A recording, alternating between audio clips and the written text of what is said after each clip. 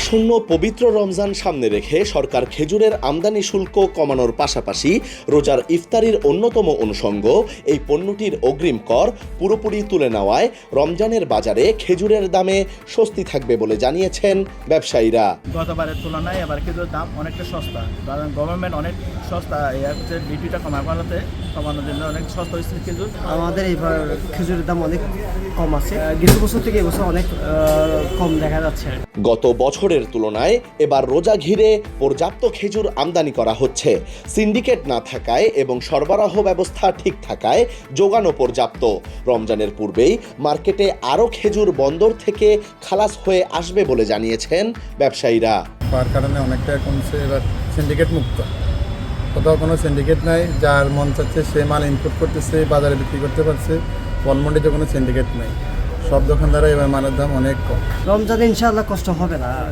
এই বছর বর্তমান সরকার সময়ে এখন অত বেশি সমস্যা হবে না ইনশাআল্লাহ। এনবিআর সূত্র মতে বিভিন্ন ধরনের খেজুর আমদানির ক্ষেত্রে আমদানি শুল্ক 10% কমিয়ে 25% থেকে 15% নামিয়ে আনা হয়েছে। সেই সঙ্গে আমদানি পর্যায়ে আরোপিত অগ্রিম কর পুরোপুরি প্রত্যাহার করা হয়েছে।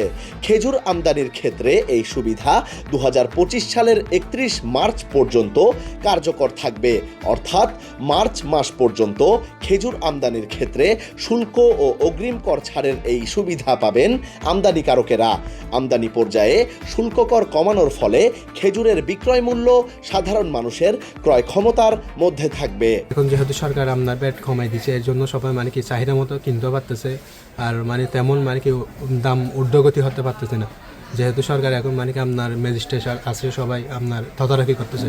কিন্তু আমদানি শুল্ক কমানোর পরও সময়ের সাথে ডলারের দাম বৃদ্ধি পাওয়ায় খেজুরের ক্রয় মূল্যে খুব বেশি একটা পরিবর্তন আশা করা যাচ্ছে না বলে জানিয়েছেন আমদানিকারকেরা। গত বছর আমরা 114 টাকা ডলার করে প্রাইসটা দিচ্ছি, যে বছর 122 টাকা। তাদের ওই যেটা কমাইছে সেটা আপনার ইফেক্টটা কিন্তু কমই পড়তেছে। যেটুকু কমার কথা আসলে ওভাবে কমে নাই, কিন্তু ডলারের বাড়তির কারণে আপনার ওইটার ইফেক্টটা ওভাবে কমে বোঝা যাচ্ছে না। রমজানের চাপটা আমাদের কাছে এখনো পড়ে না, আপনার সামনেই পড়বে। এখন আপনার বেচা বিক্রি এখনো তেমন শুরু হয়নি। ধরেন আরো কয়েকদিন পর, আরো এক সপ্তাহ পর আপনার সুন্দর করে শুরু হবে।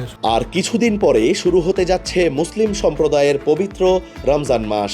সারাদিন রোজা রেখে সাধারণত খেজুর দিয়ে ইফতার শুরু করার অভ্যাস প্রায় সবারই আছে। বিশেষ করে বিষয়টি সুন্নত হিসেবেই পালন করে থাকেন রোজাদাররা। পবিত্র হাদিসেও খেজুর দিয়ে ইফতার করার কথা বলা আছে। আবির আহমেদ, কালের কণ্ঠ, চট্টগ্রাম।